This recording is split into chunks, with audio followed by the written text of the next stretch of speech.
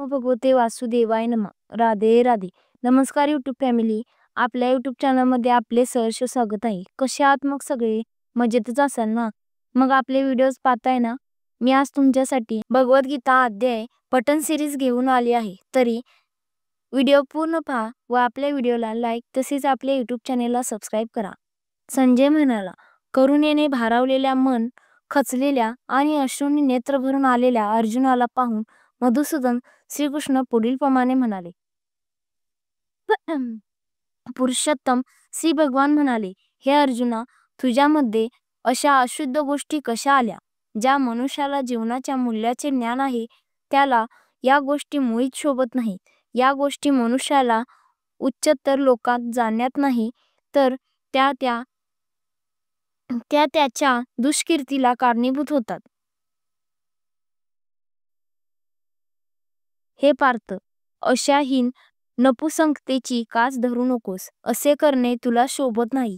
अंतकरणाचे असे क्षुद्र दुबळेपण सोडून दे आणि हे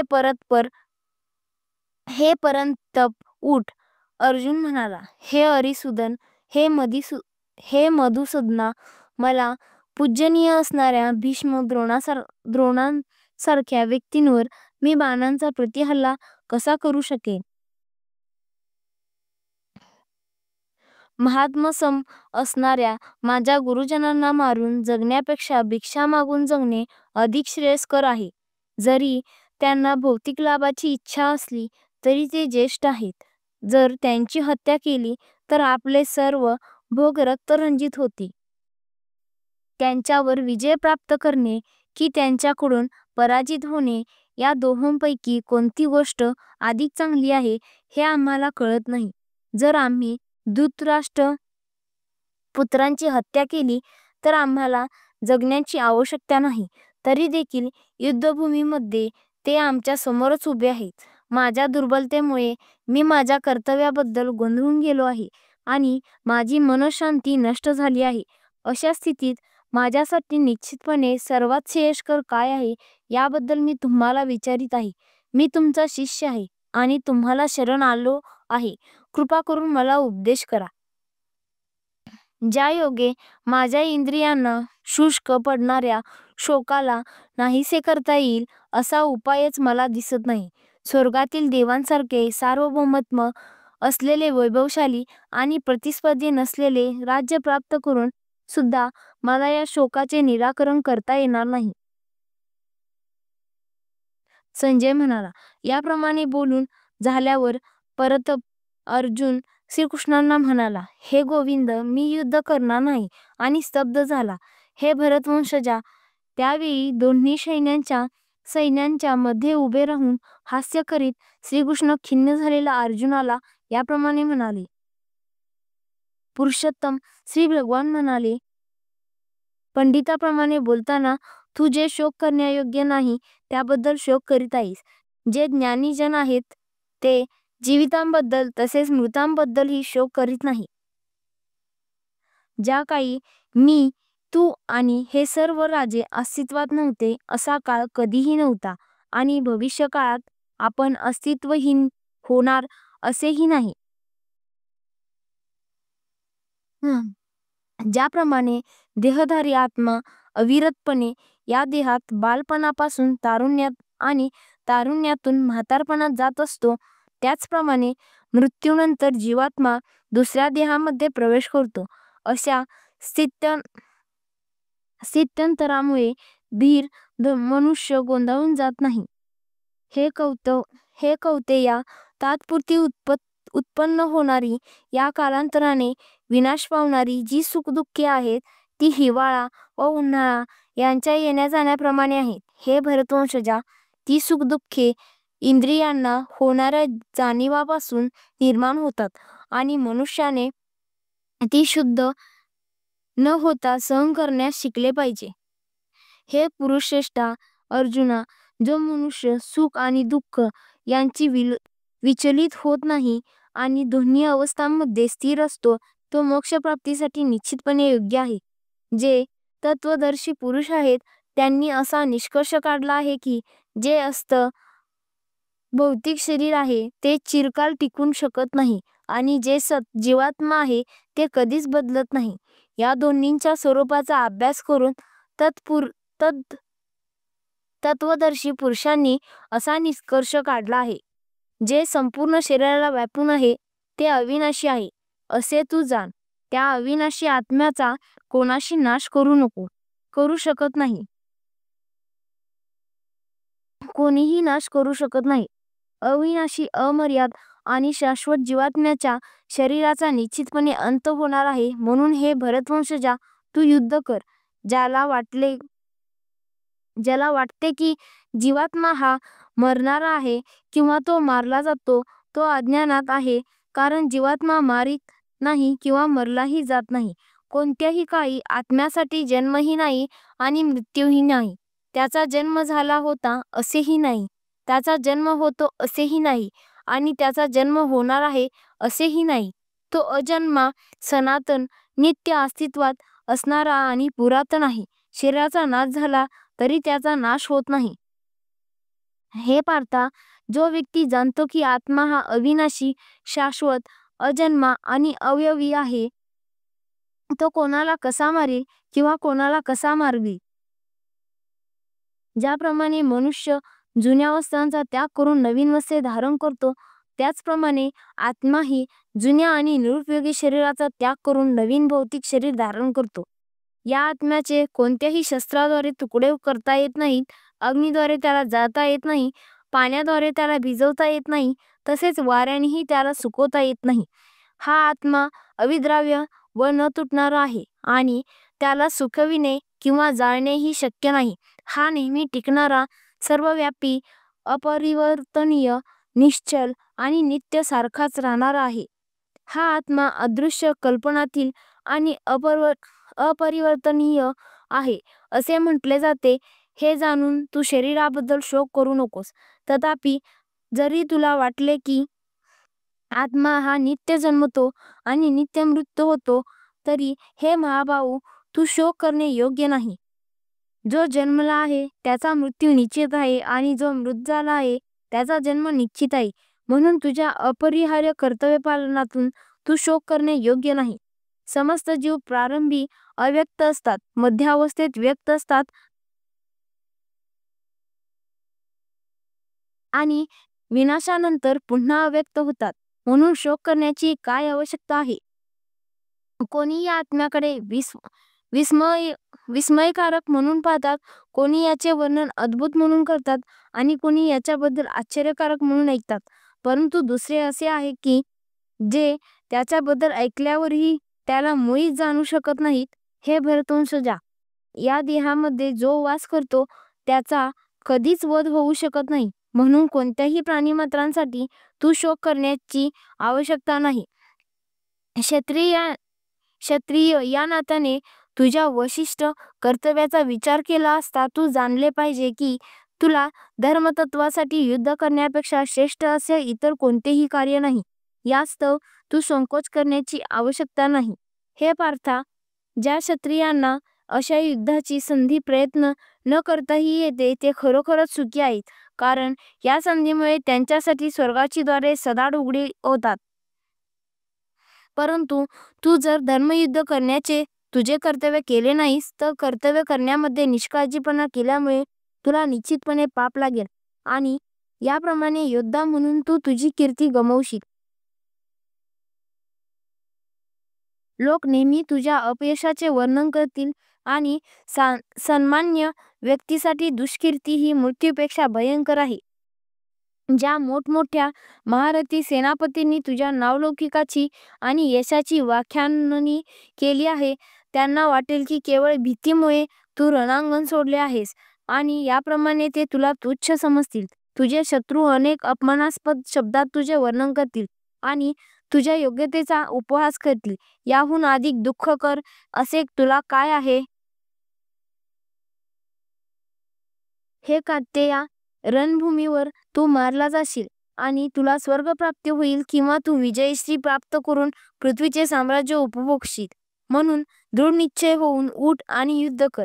सुख अथवा दुःख, लाभ अथवा हानी, जर जय अथवा पराजय याचा विचार न करता तू युद्धासाठी म्हणून युद्ध कर. असे केल्याने तुला पाप लागणार नाही. आतापर्यंत या ज्ञानाची पृथक्करणात्मक माहिती मी तुला सांगितली आहे. आता मी निष्काम कर्म कसे करावे याचे वर्णन करतो. ते 1. हे पार्था, जर तू या ज्ञानाच्या आधारे कार्य केलेस तर कर्मबंधनातून तू मुक्त होऊ शकशील. या प्रयत्नात कोणतेही नुकसान किंवा ऱ्हास नाही आणि या मार्गातील अल्प प्रगतीनेही मनुष्याचे मोठ्या भयंकर भयापासून संरक्षण होऊ शकते. जे या मार्गावर असतात त्यांची बुद्धी दृढनिश्चयी असते आणि त्यांचे ध्येयही एक. हे प्रिय कुरुनंदन, जे डळमळीत वृत्तीचे असतात त्यांच्या बुद्धीला अनेक फाटे फुटलेले असतात. अल्पज्ञ लोक वेदांमध्ये अलंकारिक शब्दांवर अत्यंत आसक्त असतात, कारण त्यात स्वर्गाप्रत उन्नत होण्याकरिता निरनिराळी सकाम कर्मे, त्यापासून मिळणारा चांगला जन्म, शक्ती इत्यादींना मान्यता देण्यात आली आहे. ऐश्वर्यशाली जीवन आणि इंद्रिय तृप्तीची इच्छा असल्यामुळे ते म्हणतात की याहून अधिक महत्त्वपूर्ण असे काहीच नाही. जे लोक इंद्रिय तृप्ती आणि भौतिक ऐश्वर्यात अत्यंत आसक्त झालेले आहेत आणि या गोष्टीमुळे जे मोहग्रस्त झालेले आहेत, त्यांच्या मनामध्ये भगवंतांच्या भक्तिपूर्ण सेवेचा दृढ निश्चय होऊ शकत नाही. वेद प्रामुख्याने भौतिक प्रकृतीच्या 3 गुणांचे विवेचन करतात. हे अर्जुना, या 3 गुणांच्या पलीकडे स्थित हो. सर्व द्वंद्वातून मुक्त हो आणि लाभ व रक्षण यांच्या काळजीतून मुक्त होऊन आत्मपरायण हो. लहान विहिरीद्वारे होऊ शकणारी सर्व कार्ये मोठ्या जलाशयाकडून त्वरित होऊ शकतात. त्याप्रमाणे ज्याला वेदांमागचा हेतू माहीत आहे त्या ज्ञानी मनुष्याला वेदाशी संबंधित असलेली सर्व कार्ये सहजपणे प्राप्त होतात. तुझे नियत कर्म करण्याचा तुला अधिकार आहे, पण कर्मफलावर तुझा अधिकार नाही. तुझ्या कर्मफलास तू कारणीभूत आहेस असे कधीही समजू नकोस. तसेच तुझे कर्तव्य न करण्यामध्येही तू आसक्त होऊ नकोस. हे अर्जुना, यश आणि अपयशाबद्दलचा संपूर्ण आसक्तीचा त्याग करून समभावाने तुझे कर्म कर. अशा समभावालाच योग असे म्हटले जाते. हे धनंजया, भक्तिमय सेवेद्वारे सर्व निंद्य अशा कर्मांना दूर सार आणि त्या भावनेमध्येच भगवंतांना शरण जा. जे आपल्या कर्मफलांचा उपभोग घेऊ इच्छितात ते कृपणच आहेत. भक्तिपूर्ण सेवेमध्ये संलग्न झालेला मनुष्य या जन्मात सुद्धा चांगल्या आणि वाईट कर्मापासून मुक्त होतो. म्हणून योगयुक्त होण्याचा प्रयत्न कर, कारण योग हेच सर्व कर्मातील कौशल्य आहे. याप्रमाणे भगवंतांच्या भक्तिपूर्ण सेवेमध्ये संलग्न होऊन महान ऋषीमुनी अथवा भक्तगण भौतिक जगातील कर्मफलातून मुक्त होतात. अशा रीतीने ते जन्ममृत्यूच्या चक्रातून मुक्त होतात आणि सर्व दुःखांच्या पलीकडील स्थानाची प्राप्ती करतात. जेव्हा तुझी बुद्धी या मोहरूपी घनदाट अरण्याच्या पार होईल तेव्हा तू जे सर्व ऐकलेले आहेस आणि जे सर्व ऐकावयाचे आहे त्याबद्दल उदासीन होशील. जेव्हा तुझे मन वेदांच्या डोलावर अलंकारिक भाषेने विचलित होणार नाही आणि जेव्हा ते आत्म साक्षात्कारामध्ये समाधिस्थ होईल तेव्हा तुला दिव्य भावनेची प्राप्ती होईल. अर्जुन म्हणाला, हे कृष्ण, ज्याची भावना अशी समाधिस्थ झाली आहे त्याची लक्षणे काय आहेत? तो कसा आणि कोणत्या भाषेत बोलतो? तो बसतो कसा आणि चालतो कसा? श्री भगवान म्हणाले, हे पार्था, मानसिक वितर्कामुळे उत्पन्न झालेल्या इंद्रिय तृप्तीच्या सर्व प्रकारच्या इच्छांचा मनुष्य जेव्हा त्याग करतो आणि त्याप्रमाणे त्याचे शुद्ध झालेले मन जेव्हा केवळ आत्म्यामध्ये संतुष्ट होते तेव्हा तो स्थित प्रज्ञ अर्थात विशुद्ध दिव्यावस्थेत स्थित झाला आहे असे म्हटले जाते. जो त्रिविध तपांनीही मनामध्ये विचलित होत नाही किंवा सुखामध्ये उल्हासित होत नाही आणि जो आसक्ती, भय आणि क्रोध यांपासून मुक्त झाला आहे त्याला स्थिर मन झालेली मुनी असे म्हटले जाते. या भौतिक जगतात जो कोणी शुभ अथवा अशुभ गोष्टींच्या प्राप्तीपासून प्रभावित होत नाही आणि जो अशा प्राप्त शुभाशुभ गोष्टींची स्तुती अथवा निंदाही करत नाही, तो पूर्ण ज्ञानामध्ये दृढपणे स्थिर झालेला असतो. ज्याप्रमाणे कासव आपल्या कवचात आवरून घेते, त्याप्रमाणे जो आपल्या इंद्रियांना इंद्रिय विषयांपासून आवरून घेतो, तो पूर्ण चेतनेमध्ये दृढपणे स्थिर होतो. देहधारी जीवात्मा जरी इंद्रिय भोगापासून निवृत्त झाला तरी त्याची इंद्रियाविषयीबद्दलची गोडी राहतेच, परंतु उच्चतर रसाचा अनुभव घेऊन अशी कार्ये थांबवल्यास तो चेतनेमध्ये स्थिर होतो. इंद्रिये इतकी प्रबळ आणि उच्चकल आहेत की, हे अर्जुना, इंद्रियांना ताब्यात ठेवण्याचा प्रयत्न करणाऱ्या विवेकी पुरुषाच्या मनाला सुद्धा ती बळजबरी ओढून नेतात. जो इंद्रियांना पूर्णपणे वश करून त्यांचे संयम करतो आणि आपली भावना माझ्यामध्ये दृढपणे स्थिर करतो, त्याला स्थिर बुद्धियुक्त मनुष्य असे म्हटले जाते. इंद्रियाविषयींचे चिंतन करीत असताना मनुष्याची या विषयांच्या ठिकाणी आसक्ती वाढत जाते आणि अशा आसक्तींपासून काम उत्पन्न होतो आणि कामापासून क्रोधाचा उद्भव होतो. क्रोधापासून संमोह निर्माण होतो आणि मोहापासून स्मृती भ्रमित होते. तेव्हा स्मृती भ्रमित होते तेव्हा बुद्धिनाश होतो आणि बुद्धिनाश होतो तेव्हा मनुष्याचे पुन्हा भौतिक अंधकूपात पतन होते. पण आसक्ती आणि अनासक्ती यापासून मुक्त असणारा आणि स्वातंत्र्याच्या नियामक तत्वानुसार इंद्रियांना नियंत्रित करण्यामध्ये समर्थ असणारा मनुष्य भगवंतांची पूर्ण कृपा प्राप्त करू शकतो. याप्रमाणे संतुष्ट झालेल्या व्यक्तीसाठी भौतिक अस्तित्वाचे त्रिविध ताप नाहीसे होतात आणि अशा प्रसन्न भावनेमध्ये व्यक्तीची बुद्धी लवकरच स्थिर होते. जो भगवंताशी संबंधित नाही, त्याच्याकडे दिव्य बुद्धीही असत नाही किंवा त्याचे मनही स्थिर असू शकत नाही. दिव्य बुद्धी आणि स्थिर मनाशिवाय शांती प्राप्त होण्याची शक्यताच नाही आणि शांती वाचून सुखप्राप्ती होऊ शकेल. शांती वाचून सुखप्राप्ती कशी होऊ शकेल? ज्याप्रमाणे सोसाट्याच्या वाऱ्याने पाण्यातील नाव इतस्ततः ओढून नेली जाते, त्याप्रमाणे भटकणाऱ्या कोणत्याही एका इंद्रियावर मन केंद्रित झाले तर ते इंद्रिय मनुष्याची बुद्धी हरण करते. म्हणून हे महाभाऊ, ज्याची इंद्रिये विषयांपासून नियंत्रित केलेली असतात, त्याची बुद्धी निश्चितपणे स्थिर झालेली असते. सर्व जीवांची जी रात्र असते ती आत्मसंयमी मनुष्याच्या जागृतीची वेळ असते आणि सर्व जीवांची जी जागृतीची वेळ असते ती आत्मनिरीक्षण करणाऱ्या मुनींची रात्र असते. ज्याप्रमाणे समुद्र हा नेहमी भरत असूनही शांत असतो, त्याप्रमाणे जो मनुष्य समुद्रात अव्याहतपणे प्रवेश करणाऱ्या नद्यारूपी इच्छाच्या प्रवाहाने विचलित होत नाही, केवळ तोच शांती प्राप्त करू शकतो. आणि अशा इच्छा तृप्त करण्यासाठी जो झगडतो त्याला शांती प्राप्त होत नाही. ज्या मनुष्याने इंद्रिय तृप्तीच्या सर्व इच्छांचा त्याग केला आहे, तो निस्पृह अथवा इच्छारहित जीवन जगत आहे. ज्याने पूर्णपणे स्वामित्वाच्या भावनांचा त्याग केला आहे, ज्या ठिकाणी मिथ्या अहंकार नाही, तोच केवळ वास्तविक शांती प्राप्त करू शकतो. आध्यात्मिक आणि दिव्य जीवनाचा हाच मार्ग आहे आणि याची प्राप्ती झाल्यावर मनुष्य मोहित होत नाही. मृत्यूच्या शेवटच्या क्षणीही जर एखादा याप्रमाणे स्थित असेल तर तो भगवद्धामात प्रवेश करू शकतो. या प्रकारे भगवद्गीतेच्या सांख्ययोग या दुसऱ्या अध्यायावरील भक्तिवेदांत भाष्य संपन्न. तरी व्हिडिओ आवडला असेल तर व्हिडिओला लाईक, शेअर, कमेंट व आपल्या यूट्यूब चॅनेलला सबस्क्राईब करा. तसेच बेल आयकॉनवर क्लिक करा, जेणेकरून आपल्याला नवीन व्हिडिओची नोटिफिकेशन सर्वात आधी येईल. राधे राधे.